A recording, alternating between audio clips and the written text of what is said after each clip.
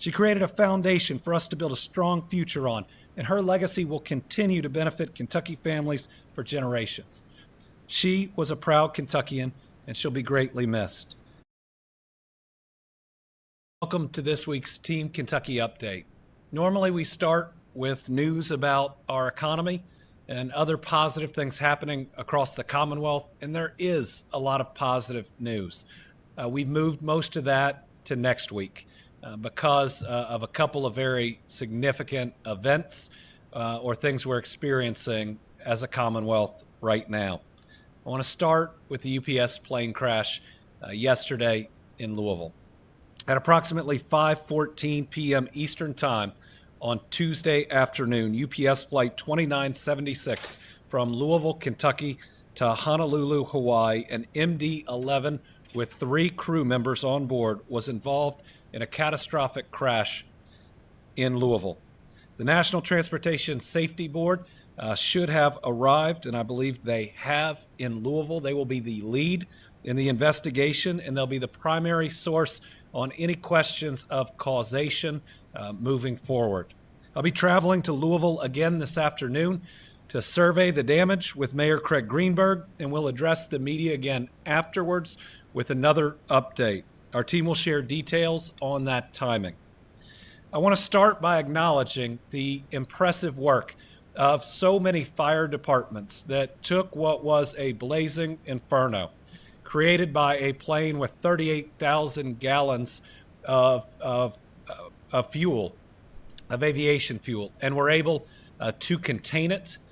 It could have been significantly worse and have, in fact, gotten the situation to where the shelter in place is now so much smaller than anyone would have predicted it would be at this time. Really incredible work by the fire departments. I want to start with the Okolona Fire Department, the main department responding. They've done an incredible job.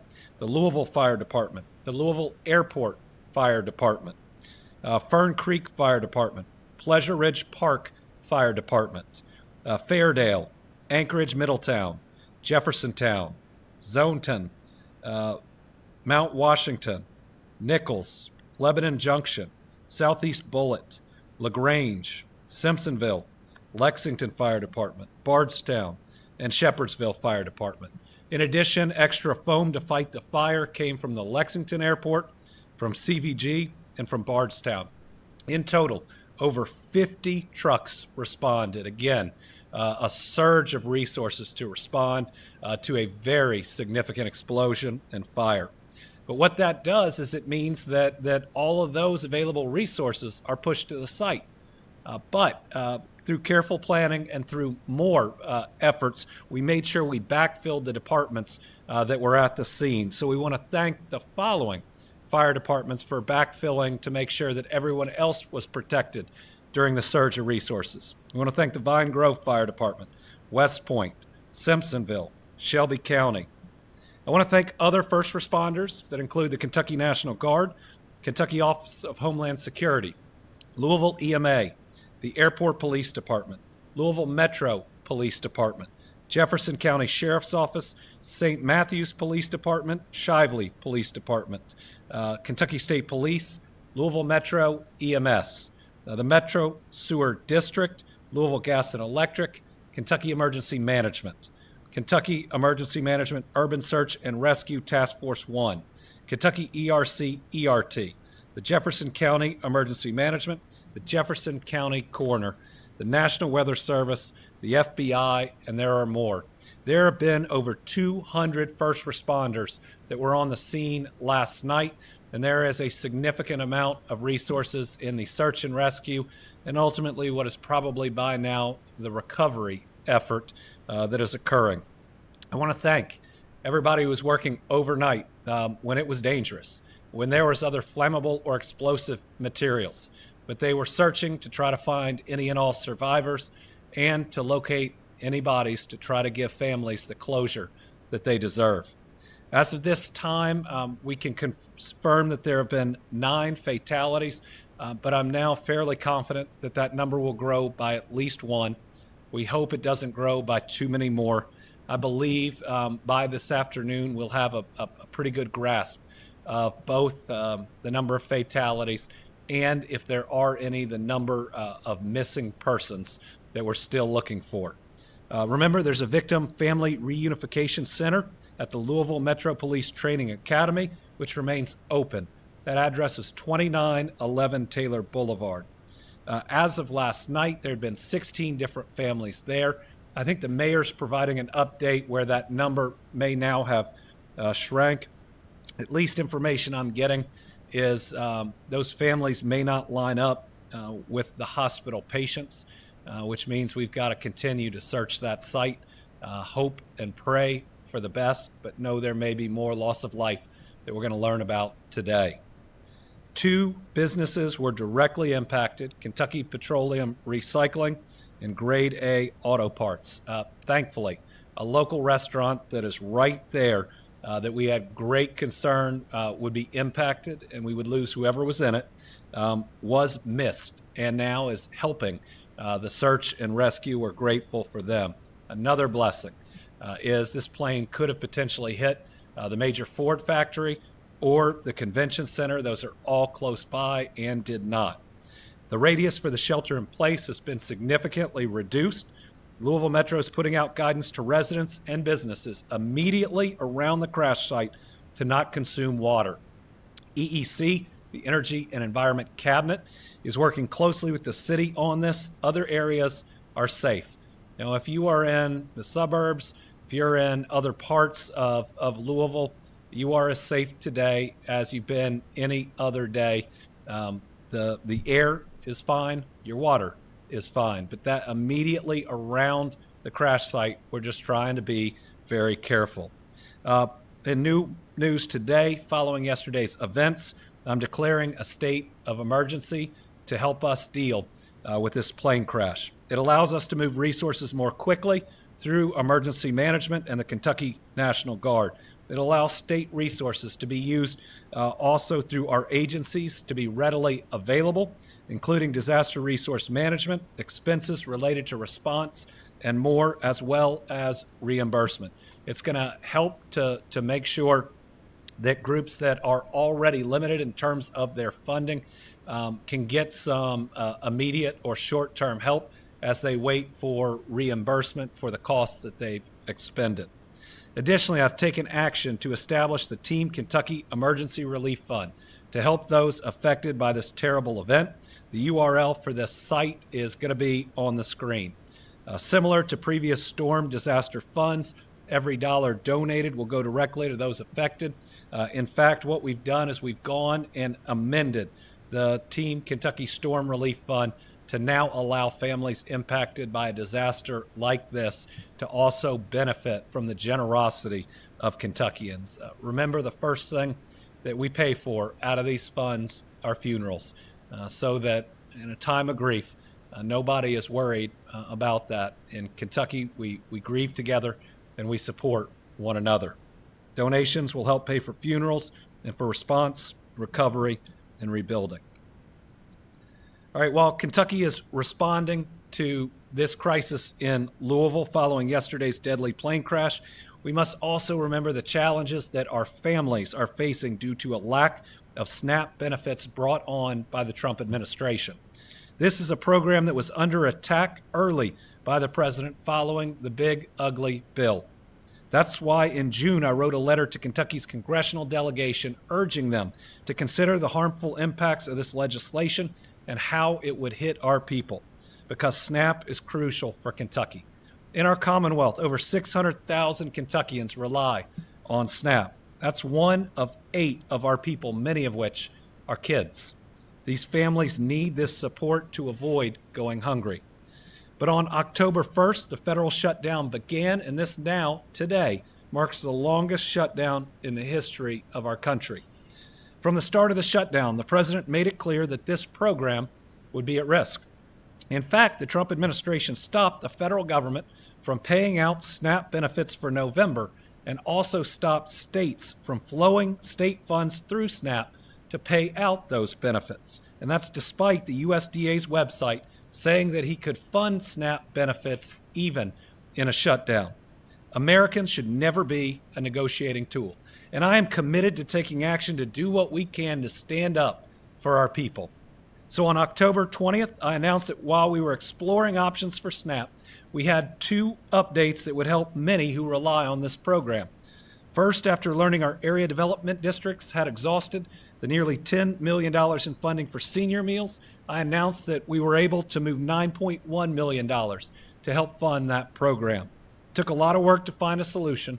Thankfully, we did, and the General Assembly leadership agreed to move forward with that plan. That day, I also announced that for November during the shutdown, that we could cover the Temporary Assistance for Needy Families, or TANF program, that the federal government was not going to fund. That was about $12 million that's helping our people, many of which also get SNAP benefits. Following that update on October 24th, we received a letter from the USDA confirming what had already been threatened. The letter said it was suspending all November 2025 benefit payments for SNAP for approximately 42 million Americans that rely on them, and that the suspension would continue until sufficient federal funding was provided. Let me be clear. The president has both the funding and the authority to fund SNAP during a shutdown. In fact, every other president in every other shutdown has done so. People going hungry in this instance is a choice that this president has made. So on October 28th, I joined leaders from 24 other states and the District of Columbia in a lawsuit challenging the Trump administration over what I believed was an unlawful decision to terminate SNAP benefits. And Friday of last week, a federal judge agreed with us. They said the president had to either partially or fully fund SNAP for this month and moving forward as long as funds were available. And separately, in a different lawsuit brought by cities, a court said the president needed to fully fund SNAP benefits. But knowing it would still take time for the benefits to roll in, and knowing what the delays were going to be, and being worried that the president would do what he has announced, only partially fund SNAP, I signed an executive order directing $5 million to Feeding Kentucky food banks. Those dollars are going to be used by Feeding Kentucky. They're going to be distributed through the network of 7 regional food banks that work with all the others. Together, these food banks and their nearly 900 local partner agencies, food pantries, soup kitchens, and community programs serve all 120 counties. Only yesterday did our Cabinet for Health and Family Services receive the guidance from the USDA that partial payments will be made, though that came around the same time President Trump posted on Truth Social saying SNAP benefits wouldn't go out. And that's a nice tamed down summary of that post. But today we've received confirmation from the federal government that they will begin processing payments tomorrow. Kentucky is ready, willing, and able to work around the clock as quickly as possible once funding is received. It's important to remember SNAP benefits are typically staggered through the month, and therefore payments will be too. But I can assure you our teams will be working day and night to make it happen. But knowing the benefits aren't there yet, and recognizing the strain on families and on food banks who are stepping up more than usual, I'm taking another step today.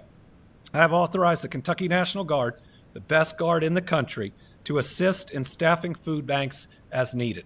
What this means is that every dollar we're providing to the food banks can go towards purchasing the food, and that we can provide the extra staffing that's needed as they see a surge of families coming in.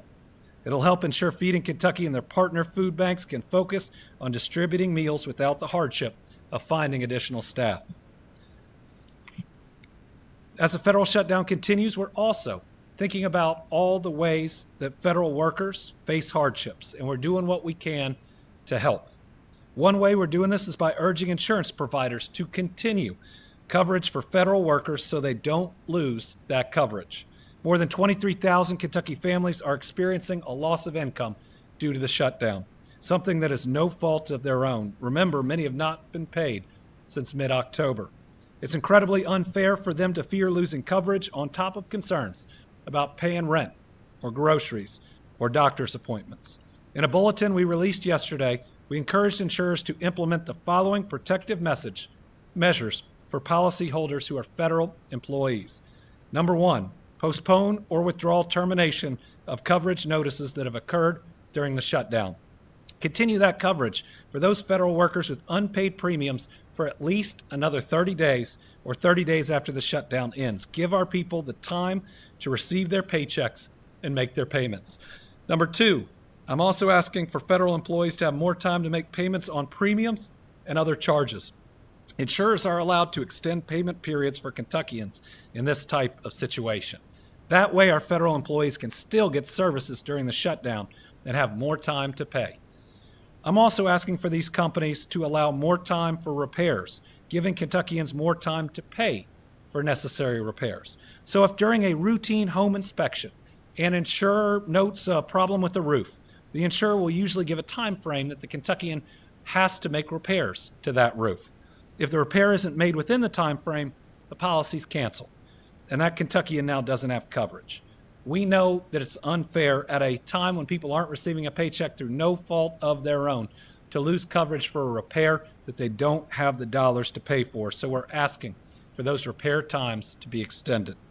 Kentuckians with a loss of income due to the shutdown who are threatened with policy cancellations can contact the Department of Insurance for more information.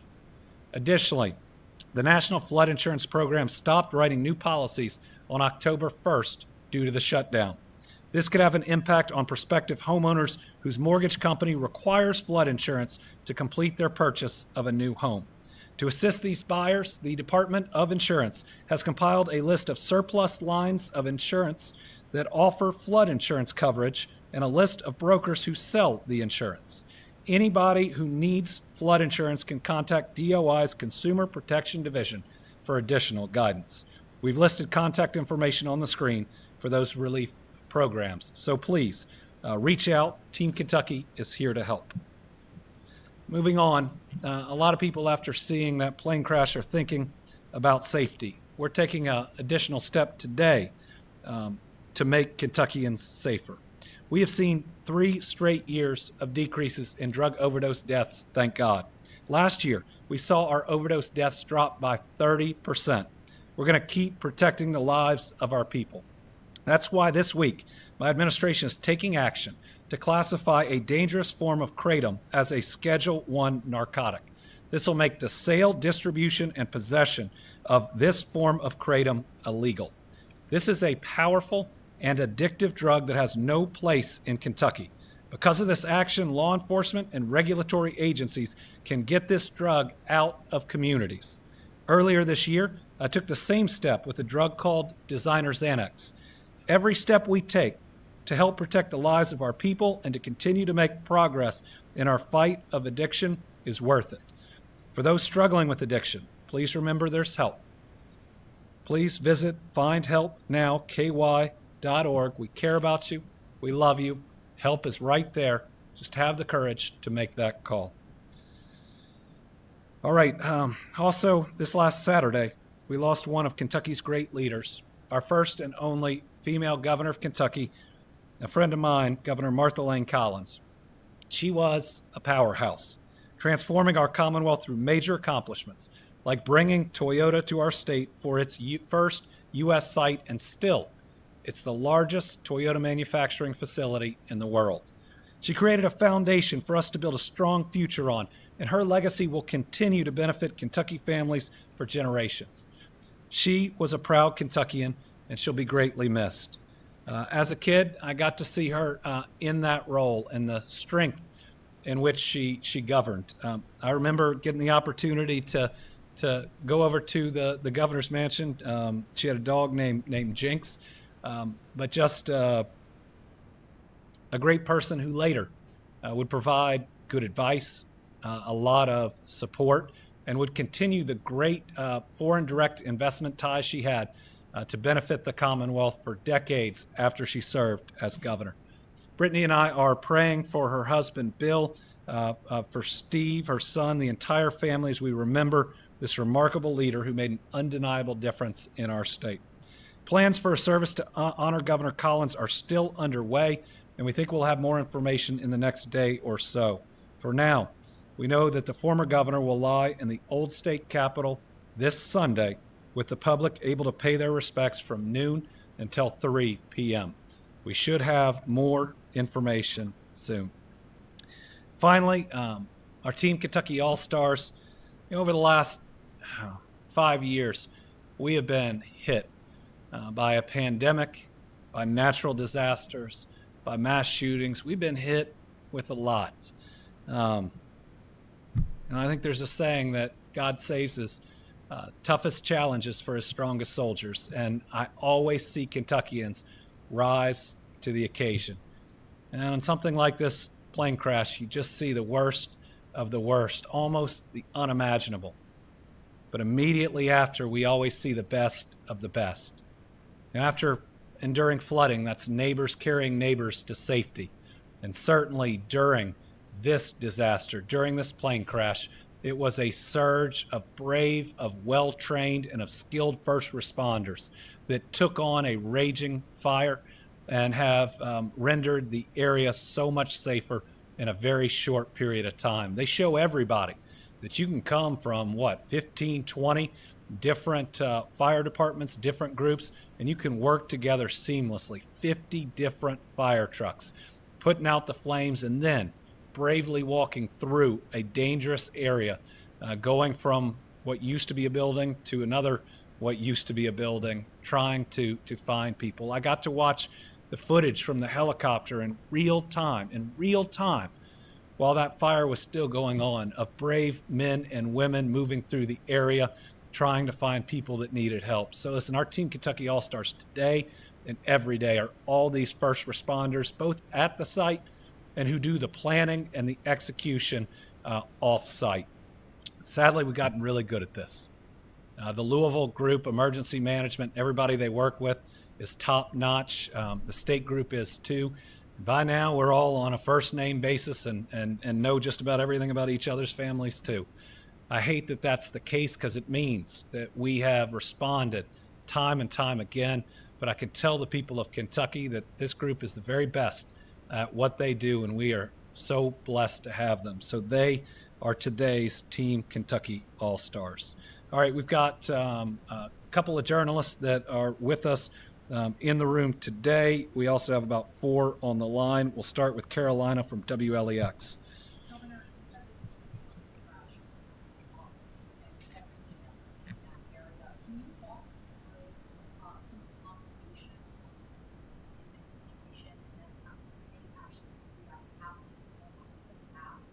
Yeah. So right now, we are tracking 9 fatalities. I do believe that will grow by at least 1. There were 3 crew members, and we don't have confirmation on them, but if we've seen that video, we know we're very worried about each of those. So that would suggest that there are at least 6 individuals, if not 7, outside of the crew that were impacted. When you look at where the plane hit, thankfully it missed that restaurant. And by the way, they've opened up their restrooms in their facility for first responders. Pretty incredible. After just about having your facility and everybody inside wiped out, that you're now a part of the rescue. So very proud of them. It hit 2 of the lesser populated businesses in the area. It hit the Kentucky Petroleum Recycling, and because of what they have there, and the tanks that they have, that made the situation more dangerous. It appears the pressure valves did go off. It did cause, we think, extra smaller explosions, but it appears they may have operated as intended to prevent it from being worse.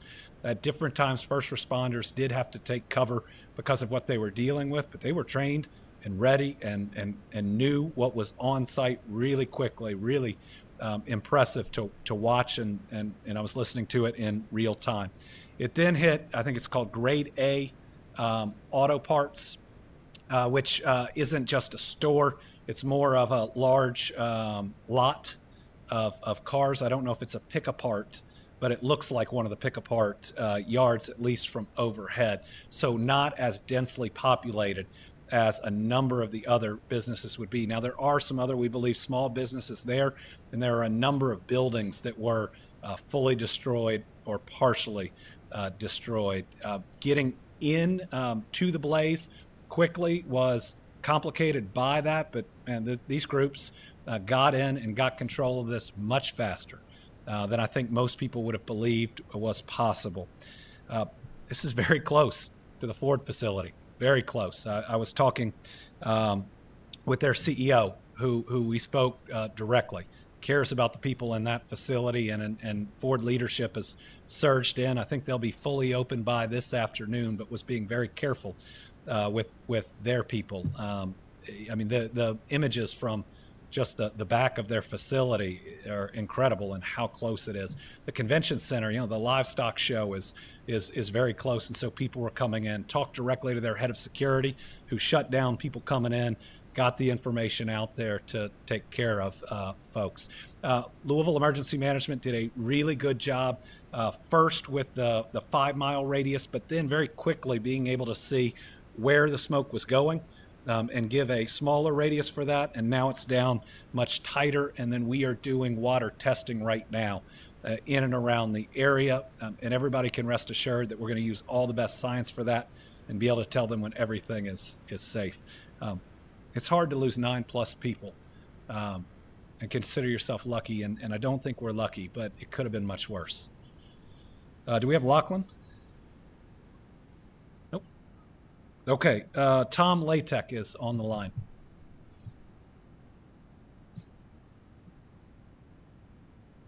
Thank you, Governor. I had to jump and get the unmute button there. I would like to hear your take on the election results in New York, New Jersey, and Virginia, and what you think that might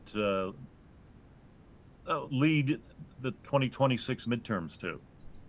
Well, as vice chair of the Democratic Governors Association, I'm very proud that last night we went 2 for 2, and they weren't close. Our gubernatorial candidates both made history. One flipping Virginia, becoming the first female governor of Virginia, winning by, I think, 15 points more than projected. And then Mikey Sherrill in New Jersey becoming governor. This is the first time there's been 3 consecutive Democratic gubernatorial terms in 60 years. Neither of these races were easy. I certainly was directly involved in very significant ways in both of them, but most of the credit should go to those 2 candidates who are great leaders. And the thing that I'm excited the most is that they will govern well. But what you saw across the country were Democrats winning in city council races in South Carolina, statewide PSC races in Georgia. You saw the New York race and many others. And I think it says 2 things. Number one, the American people are so concerned about the American dream slipping away. They are looking for candidates that are focused on their everyday concerns and needs, and that starts with their job and whether they can afford what they need to feed their family, maybe take them on a vacation every once in a while, the ability to afford that next doctor's appointment, to be able to travel safe roads and bridges, to know the school they drop their kids off at is a quality school, and they want to feel safe in their neighborhoods. That's where the Democratic candidates were. That's how they ran, even across different parts of a political spectrum. That's what people were promising. And, I'm putting it out there. I don't want it to be a secret, because I think Republicans, independents, all those candidates should be running the same way. And maybe that's a way to heal the country, to bring everybody back in, to make these issues nonpartisan, and then not to move to the right or the left, but to move forward. But I think the other thing we saw was a very clear statement that politically, President Trump has been a failure in his first year of his second term. The president was involved in and lost the Wisconsin Supreme Court races. He was involved in and lost both of these governor's races. He even endorsed a non-Republican in the mayor's race in New York and lost. So I hope that this gives courage to people who've lacked it in Congress to do their jobs again. I'm not asking them to be a Democrat or an independent. I'm asking them to be a separate branch of government that believes in checks and balances and restores lawfulness to Washington, D.C. Just do your job. There's not a political advantage to not doing your job, and the people of the United States are watching. Okay, we've got WLKY. Okay, we have Sylvia Goodman.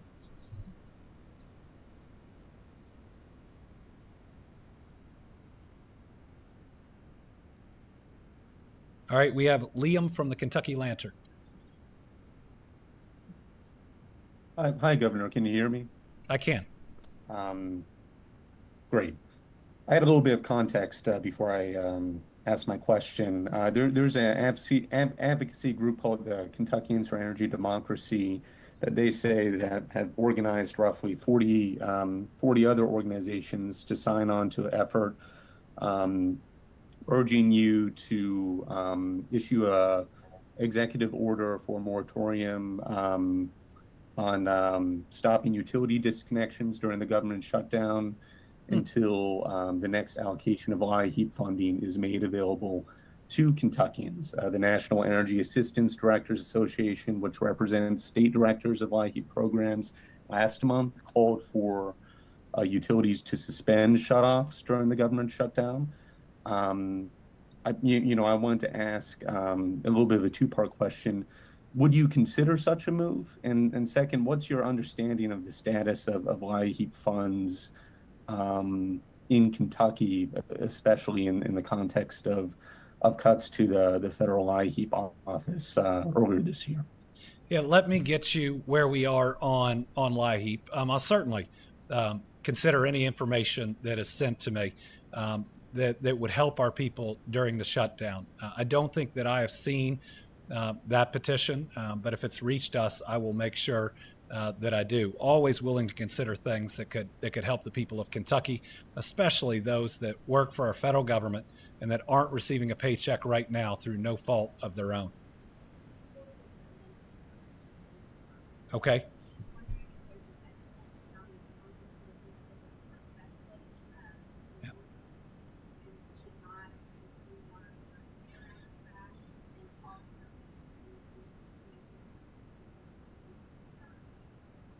Of what's the last? Okay. So Sylvia Goodman is asking, do we have an estimate of homes, businesses in the area that are in the radius for water? I believe Louisville Emergency Management is putting out that information directly, both on social media and working to do it directly. Now, this is not a densely populated residential area. It is almost entirely an industrial area that is impacted. At least 2 businesses have been massively hit, and we'll try to get a number of the others around them. Certainly, we've got enough people on the scene where we ought to be communicating directly to those businesses to make sure that we keep people safe. All right, we'll be back next week with our Team Kentucky update. We'll have all the pieces of good news we were otherwise going to report on this week ready then, and a double dose of good news will be something that we all deserve by that time. Please pray for these families. We've been hit a lot in the Commonwealth, but we are strong. We are also kind. Let's make sure that we give to the fund. Let's make sure we support these families in their time of need. Thank y'all.